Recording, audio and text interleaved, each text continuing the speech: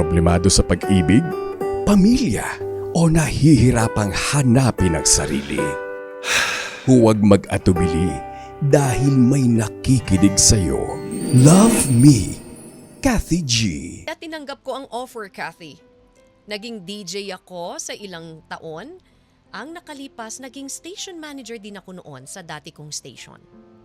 Taong 2013, matatawag ko ang sarili ko na party goer. Inom dito, inom doon, halos hindi na ako makapagpahinga dahil panay na lang gimmick after board work. Sa hindi ko inaasahang pangyayari, Kathy, nalulung ako sa alak at nagresulta sa akin ito ng pre-cancer condition sa esophagus. Sobra akong na-guilty, Kathy. Halos hindi ako makakain at makainom dahil sa sobrang sakit ng tiyan ko. Hindi rin ako makatulog at nag-cause ito ng anxiety at depression. Akala ko nga mamamatay na ako dahil ang sabi ng doktor, malubha na ang sakit ko at 1 taon na lang daw ang itatagal ko. Halo-halong lungkot at bighati ang naramdaman ko noon, Kathy. At para sa pagpapatuloy po ng ating kwento, kasama po natin live si Kuya Totoy na ikukwento po ang kanyang buong storya, ang kanya pong pinanggalingan. Sabi nga nila, 'di ba, kapag ikaw ay dumating sa punto ng buhay mo na parang, alam mo 'yon, eto ka lang, happy ka lang, 'di ba? Marirealize mo rin lalo na kapag kinalabit ka na ni Lord tinap ka na ni Lord. Teka lang, you're in darkness, baka nakakalimutan mo. Siyempre, ang tanging dasal natin, take me out of the dark, Lord. After this beautiful song from Gary Valenciano, matutunghayan na po natin si Kuya Totoy. At inyong hapong napakinggan ang story, introduction ng kwento ni Kuya Totoy, ang atin pong featured DJ for today and this time. Siyempre, pakinggan na natin mismo sa isang Kuya Totoy, ang kanya pong story. Alam mo yung parang ako yung pwedeng, Dear Kuya Totoy, pwede ba tulungan mo ako? Grabe yung pinagdaanan mo. Imagine, siyempre wow, ang ating pong Kuya Totoy ay hindi lang basta DJ bossing ng mga DJ. Oy, grabe ka naman. Hindi Station naman. manager. Dati yan, Oo, dati diba? yan. Kuya Totoy, BS Psychology ka. Yes, BS Psychology. Tapos yun nga, ang kwento mo, tinry mo yung pagiging DJ nung merong... Yes. Alam mo kasi can you tell us muna yung short lang and brief, Alright. paano ka, yung journey mo as a DJ muna? Pero first and foremost, I would like to say magandang hapon po sa lahat ng mga ka-vice natin. Ako po ang inyong kuya, ang kuya na bayan, si Kuya Totoy. Maraming salamat, DJ Kathy, for, It's our pleasure, syempre, para ma-share ang mga kwento ng mga DJs. Alright. So, yeah, naging resident psychologist ako sa isang... Sa National Mental Health. Hindi naman. Ano to? Yeah, sige. Yeah. Baguio Benguet chapter siya. Benguet, okay. Philippine Mental Health Organization. So, kapag nandyan ka kasi, syempre, you get to deal with a lot of sicknesses, mental health, and mental disorders. So, it will take a toll on you. Okay. Physically, sa mind mo. Yes. And kaya ako nagbakasyon kasi syempre, medyo hindi ako nagiging okay that time. So, sabi ko, baka kailangan ko ng 1 to 2 months na bakasyon. So, nag-prolong leave ako. And tamang-tama, nabalitaan nung friend ko nung college na isang DJ naman na siya ngayon and nagtatrabaho as assistant station manager. So sabi niya, bro, punta ka dito. Wala kang nakapakasyon ka, sabi niya. So sabi ko, sige, punta ako. And nung nandun ako, syempre I was in awe kasi ang galing-galing ng mga DJ. Sabi ko, saan nila nakukuha yung mga sinasabi nila on air? Kasi pag nagsasalita sila, napaka-confident. Yes. Tapos with sense yung mga sinasabi. So na-amaze ako. So sabi ko, parang gusto ko din. And then sabi niya, itry mo lang. Sabi niya, wala namang problema. And tulad na nabanggit mo kanina, pinagbasa niya ako sa isang room ng mga newspaper clippings. English, Tagalog. And then, after 3 days, tinawagan na ako. Ina-offeran na ako ng job. And then, sabi ko, baka parang gusto ko. Sabi ko sa sarili ko. So, naisip ko kasi parang... this will be another chance for me to grow in another field. Siyempre, another skill, di ba? And of course, it would be another opportunity for me na matry yung ibang larangan, field. Ayan. Anong feeling, Kuya Totoy, nung after nung pag-visit mo lang doon, tinawagan ka kagad? Sabi ko parang... Pinaprank ba ako? Kasi yung station manager mismo. Yung tumawag na agad? Oo, tumawag agad. Sabi niya, you're hired. Mga ganyan. So I was like, Alright. Oo. So, syempre, di ba, parang paano ko magsasalita sa radyo nito? May training ka pa bang pinagdaanan nun? Or right away, talagang, sumalang ka na? Kasi alam nila na wala akong training whatsoever or any experience whatsoever sa radio. Okay. So, ang nangyari, pinag-train nila ako for 3 months. So, hindi ako nagkaroon ng board work na ganito. Dumaan ka rin ba sa mga time check?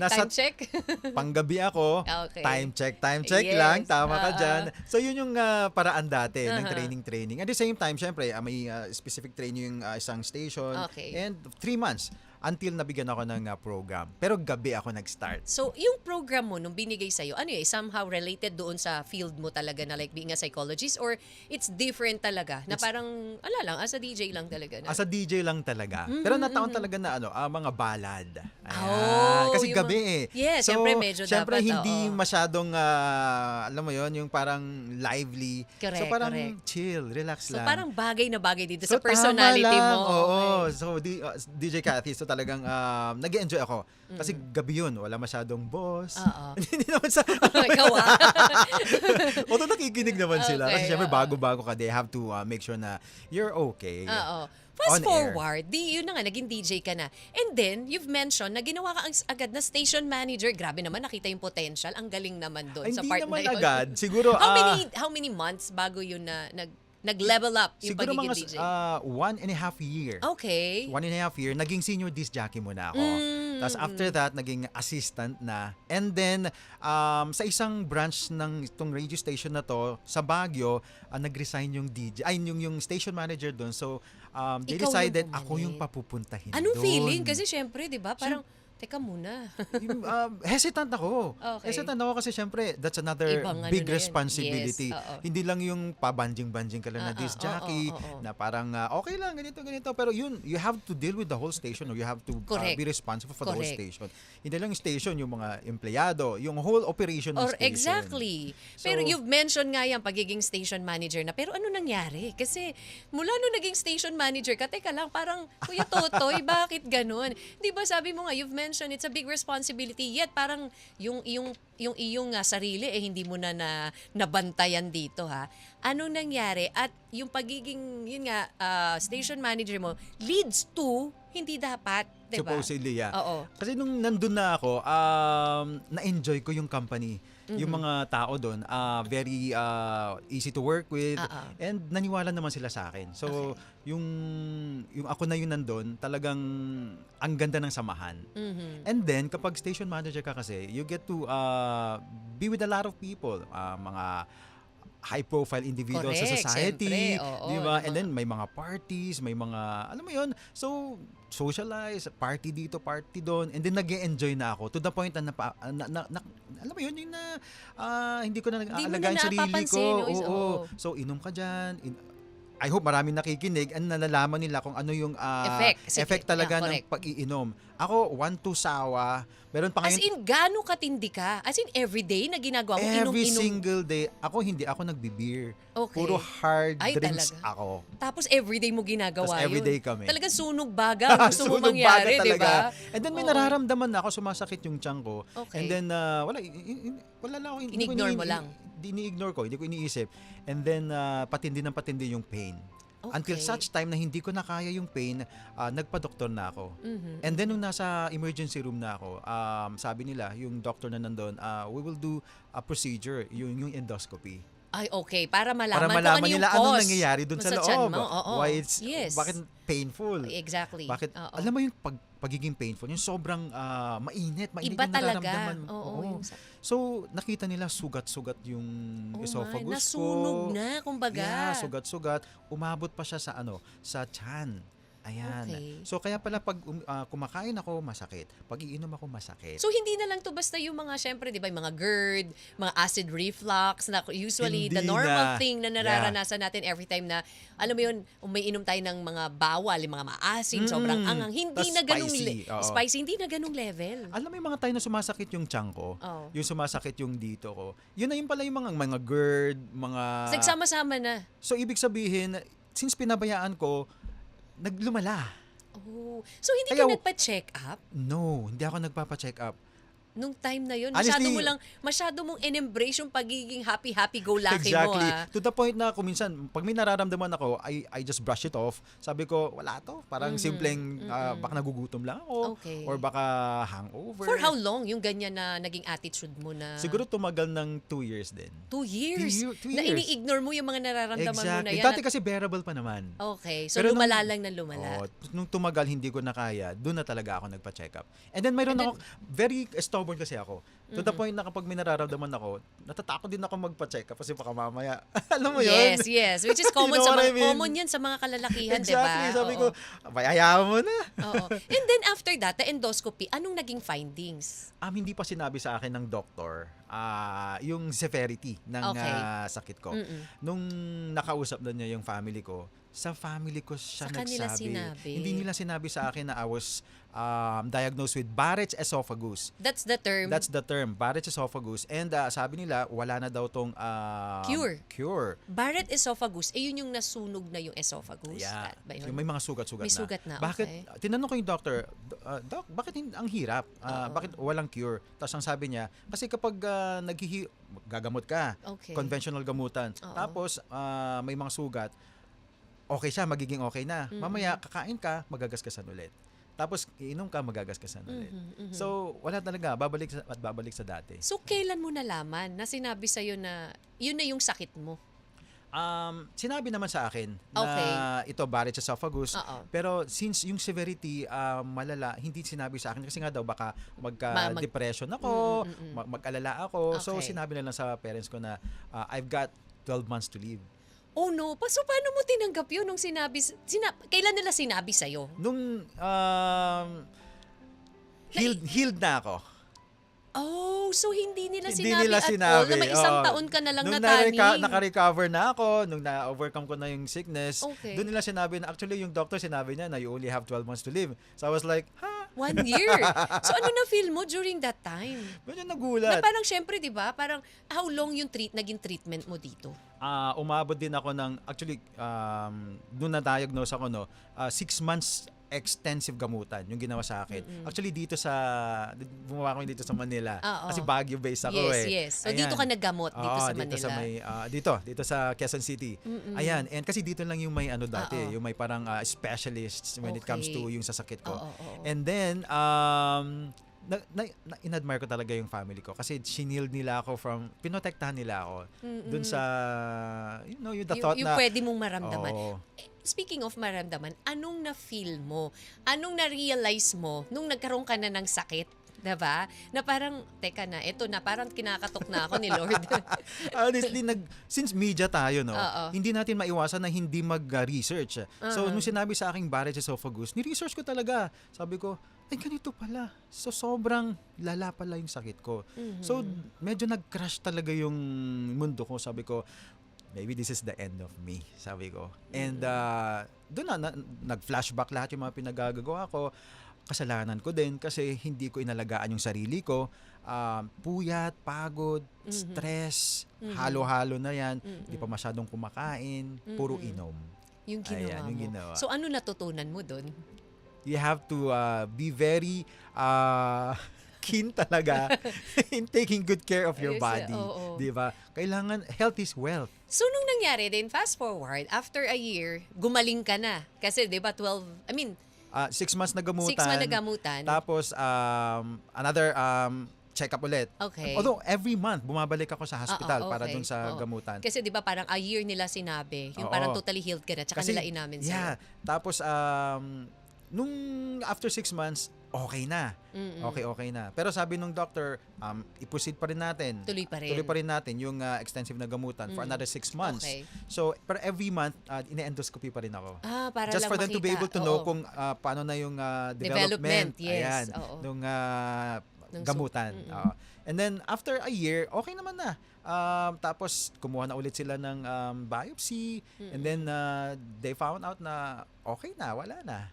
Di ba? So, yung sabi na wala daw gamot, nagulat na lang yung mga doctors din. Nagulat sila parang ang bilis ng paggaling. Yun nga. May ginawa ka ba, Toy? Aside from yung traditional, the medicine na tinitake mo. Is it may- alright to Yes, may ginawa ka pa bang iba na para lang, syempre di ba, sabi nga nila hindi lang naman sa gamot kailangan yan kailangan may iba ka pang, although syempre big, yung gamot talaga is number one, but you have to make action then in iba pang way para totally healed ka, mas mapadali. May iba ka pa bang ginawa? Siguro yung sa faith ko din kay Lord, dun ako nagbumalik kay Lord na sabi ko, Lord, I'm so sorry I did not take good care of the body that you've given me. So talagang pinatatag ako ng faith ko with the Lord. And then sabi ko kay Lord, Lord, sana bigyan mo ako ng yung gamot talaga na magagamot talaga ako. Okay. Kasi sabi nila sa akin, dalawa kasing choices yung binigay nila sa akin. Either operation noong una, either operation, and pangalawa, stem cell therapy. Okay. Oo. And mahal mga to, millions. Ang mahal niyan at saka sa ibang bansa lang yan na nagagawa, di ba? So, ang nangyari, nung una, hesitant talaga kami. Kasi nga, syempre, na-exhaust lahat yung savings ko. Tumulong na rin yung parents ko. So, talagang nag-chip in. Hindi lang yung parents ko, pati yung mga ibang mga relatives. We're very close kasi. So, yung tita ko, ako na Good dito. thing may support system yung isang ka. tito ko, ako na. You know, so doon ko na-realize na I have a very loving family. Not just my immediate family, pero extended family. So God is so good. And I also have friends. Yung mga, yung mga friends ko from colleges na doctors na talagang, nung nalaman nila nagkasakit ako, tumawag sila, how can we help? What do you need? So, alam mo yon. Ang saya, di ba? At least meron kang support system na alam mong merong nandyan sa'yo anytime na kailanganin mo sila. Tama ka dyan. Diba? Sabi nga nila magandang, you have to surround yourself with beautiful people inside and out. Totoo naman yan. Now that you were given a second chance sa buhay, yes. Kuya Totoy, ano na ngayon si Kuya Totoy? Ano nang pinagkakaabalahan mo, Kuya Totoy? And how do you take care of yourself? Siyempre, number one yon. And papaano yung naging transition mo na from the old Kuya Totoy, from the old Che to the present now? Alam mo dati, I take life na parang hindi talaga siniseryoso. Parang siguro batang-bata pa kasi ako noon. So nag-mature na ako. Siguro yung ngayong Kuya Totoy, nag-mature na. Hindi katulad noon na parang wala lang, 'di ba? Parang okay, you go to work. Ako naman ngayon hindi. Lahat ng bagay tinitreasure ko, either trabaho man 'yan, either health, mga taong nakapaligid sa akin. Noong una kasi parang alam mo yun, ang daming issue sa akin. Ang daming issues. And ngayon parang you learn to love and embrace dun sa mga exactly. So tao, sabi ko, diba? lahat ng mga taong nakakasalamuha ko, may purpose. And as much as possible, hindi ako yung tipo ng tao na, what can I get from these people? What can I offer? Sa lahat ng mga taong namimit ko. Wow, very nice. So magkasama diba? tayo for like almost a year na, Ma'am Cathy. Oo nga, so diba? kilala mo na ako. Oo, ikaw yung una kong nakachikahan ba? Exactly. Oo, now na ikaw na ay isang Kuya Totoy, diba? And after all the struggles, after all the pains na pinagdaanan mo dahil sa sakit mo, diba? Ano yung natutunan mo at pwede mo ring ma-share sa ating mga ka-vibes na nakikinig na, alam mo yun, syempre normal lang naman sa isang tao na dumarating sa buhay mo na nag-happy-happy ka, diba? Sometimes yung, alam mo yung minsan hinadi-take for granted mo yung pag-take care dun sa health mo Right. But then, based on your kwento, di ba? Hindi pala dapat. Talagang kailangan, health is wealth. Exactly. So what's your, your message dun sa mga nakikinig ngayon na una muna dun sa pinagdaanan mo na, of course, second life? Yung mga ka-vibes natin, dapat balance lang lahat. Hindi naman masamang mag-happy-happy tayo. Kasi syempre, kailangan din naman natin yan. Di ba? Lalo na kapag nagtatrabaho ka, tapos ikaw yung tipo ng tao na sobrang workaholic, kailangan mo ding alagaan yung sarili mo. You have to balance everything. Dapat meron ding leisure. Ayan. Yes. Pero yung leisure mo naman, hindi yung sobra or Okay. todo naman. And you have to learn how to spend quality time with those people na talagang alam mong makakasama mo for the rest of your life, especially yung family mo, yung mga friends mo. Alam mo, kahit simple hello, kumusta ka na, yung mga ganun lang. So, I take kahit yung mga trivial things lang, yung mga malilit na bagay, tinitreasure ko na talaga lahat yan. Yes, kasi 'di ba? Iba na kapag ano mo na Exactly. So yun ang masasabi ko naman sa lahat ng mga nakikinig sa atin. Huwag niyong hayaang lumipas ang isang araw na hindi kayo nakakagawa ng maganda sa isang tao or hindi ka naging productive. Dapat laging merong big difference sa buhay niyo lagi na nangyayari. Like, hindi laging ano bang makukuha ko sa taong to or ano ba ang alam mo yun, you know what I mean. Exactly. Oo. Yung how can you be become a big you can how can you be a blessing to a blessing to them. Oo. How can you be yun big blessing to them. Paano? In general. Oo. But syempre, 'di ba? Or very how can well you make a said. big difference in their lives. In their lives, exactly. Very well said on that. And ito pa yung isa. Syempre, 'di ba? Iba yung field mo eh.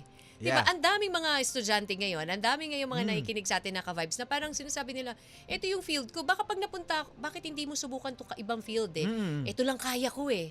Diba? Pero ikaw, galing from a psychology graduate, yun, biglang napunta sa pagiging DJ. So ano rin yung maa-advise mo dun sa mga tao na takot na parang itry yung ibang field? You know what, Ma'am Kathy, the best thing about life is that as long as we live, we have the privilege of growing. We can learn new skills, we can learn new causes. Ang dami-dami nating pwedeng gawin. Very dynamic tayo. We can change, we can grow. So yun naman yung natutunan ko na parang hindi mo lang dapat ilimit yung yung sarili mo sa isang skill. Kasi we can grow. We can learn so many skills. Kung gugustuhin lang, no? Kung gugustuhin talaga natin. And yun ang naisip ko nun. And hindi, kung babalikan ko yung nangyari noon, hindi ko papalitan. Wow, very well said. Thank you, Kuya Totoy. Thank you so much, Ma'am Sobrang Cathy G. dami naming natutunan. And alam mo yun, na parang biglang merong sa amin na pumitik or nag-tap sa'yo, oy, it's about time to take care of yourself, ha? Exactly. Huwag kang happy-happy. Lalo na kapag you're aging na, di ba? Kasi di ba, hindi na rin tayo bumabata eh. So, Tama. kailangan nating alagaan yung sarili natin. Kaya nga kung minsan, di ba, kung makikita mo yung mas younger pa sa atin na parang very careful na sila sa mga kinakain nila. Pero nagkakasakit Pero pa rin sila. nagkakasakit pa rin, 'di ba? So hindi What talaga more? natin Yung mga mas matatanda. pasaway, Oo. 'di ba? So syempre kasabay po niyan, of course, number one yung pananalig, pagiging matatag at pananalig sa Diyos. Ayan. Thank you so much, Kuya Totoy. you. Grabe yung pinagdaanan, second life. And Exactly. I think naman you're setting a good example to do sa mga colleagues, sa mga friends mo, 'di ba? Ipagpatuloy mo lang and of course, tuloy-tuloy na yung good health ni Kuya Totoy, o 'di ba? Amen. Oo. Saan ka mapapakinggan, Kuya Totoy? Usually napapakinggan ako gabi 6:30 hanggang 9:30 sa Dear Kuya Totoy at napapakinggan din tayo every weekend lalong-lalo sa Saturday sa Vibe Rewind. Oh, yeah, magkasunod tayo Magkasunod dyan, tayo 5 till 8 ako, ikaw naman. 9 to 12. Oh, 'di ba? Every Saturday po 'yan. Thank you again, Thank you so Kuya much. Totoy, for sharing your story with us. And you've mentioned nga kanina, 'di ba? Sabi mo nga very important yung mga mahal mo sa tao, i-embrace mo. Yes. Particularly your family, yung mga taong nandyan sa'yo, hindi lang sa saya, kung hindi sa lungkot. Dahil lang oras, hindi natin masabi. Anytime pwede kang kunin ni Lord. Anytime pwedeng may mangyari sa'yo. So, learn to love the people around you. Learn to love the people who loves you. Dahil lang oras ay limitado lang. And here's the request of Kuya Totoy. Here's Oras by Jason Marvin. And of course, kayo pa rin ba kayo nakikinig sa Love Me Cathy G? And kanina nga po ay natunghayan nyo ang kwento ng ating Kuya Totoy, ang ating pong featured DJ for today na si Kuya Totoy. Ibinahagi niya sa atin kung papaano niya pinapahalagahan ngayon ang second life na binigay sa kanya ng Panginoon, 'di ba? Imagine, alam niyo 'yon, kung minsan talaga nagiging pasaway tayo eh. Alam mo 'yon na kapag halimbawa nabibigay sa atin lahat ng gusto natin, hindi na natin naiisip kung ano yung magiging negative effect nito sa atin. Basta tayo, masaya tayo ngayong araw to, sige na ha. Hala, sige, 'di ba? Yung mga ganung nangyayari sa buhay. And then eventually, kapag tayo po ay nakaramdam na ng something sa ating pangangatawan, ayan na, o nakakalimot na tayo sa pagtawag sa may kapal, 'di ba? Kay God, 'di ba? Ang nangyayari ngayon tinatapik niya na tayo, 'di ba? Oy, teka lang, masyado ka ng OA. Sumusobra ka na sa pagiging happy-happy mo sa buhay, 'di ba? Ikaw, ano bang gagawin mo kung nabigyan ka ng pangalawang buhay?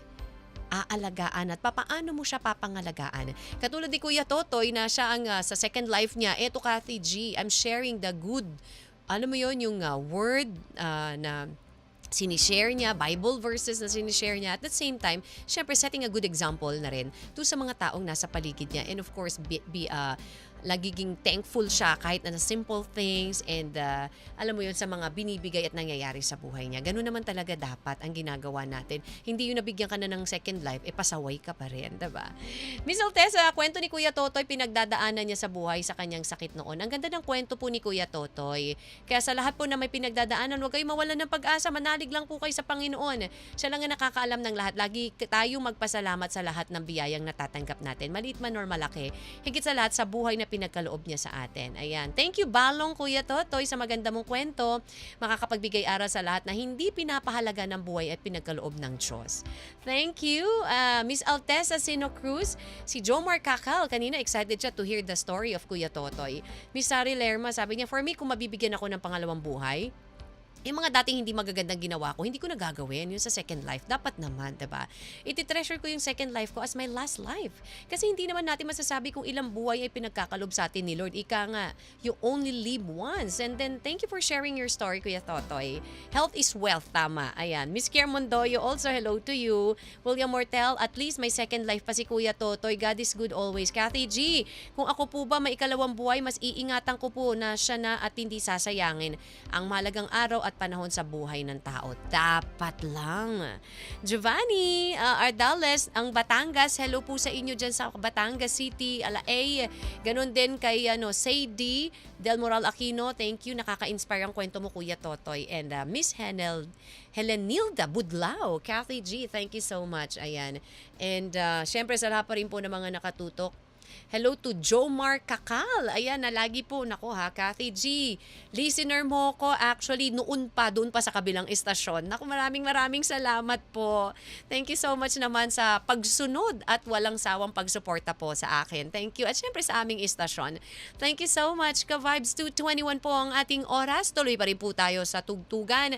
Of course, dito lamang po yan. So Love Me, Kathy G sa 92.3 FM Radio Manila. Your favorite music radio. Ka-Vibes. Love Me, Kathy G.